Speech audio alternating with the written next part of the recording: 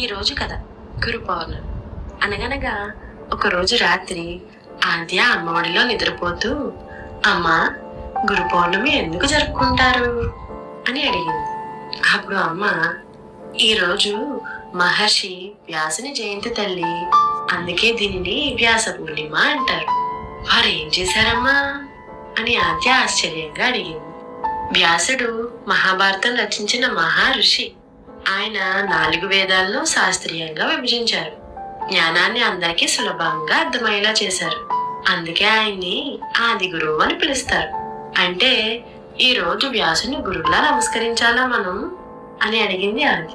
అవునమ్మా, వేదాల జ్ఞానం అందించిన వారిని స్మరించేది వ్యాస పూర్ణిమ. నీకు ధ్యానం ఇచ్చిన ప్రతి ఒక్కరూ ఒక గురువే. వాళ్ళు దేవుడితో సమానమే. మన గురువులందరికీ నమస్కరిస్తూ ఒక శ్లోకం చెప్దామా? గురుర్ బ్రహ్మ గురుర్ విష్ణు గురుదేవో మహేశ్వరః గురు సాక్షాత్ పరబ్రహ్మ తస్మై శ్రీ గురవే నమః. జ్ఞానాన్ని అందించిన ప్రతి గురువుకి గురు పూర్ణిమ శుభాకాంక్షలు.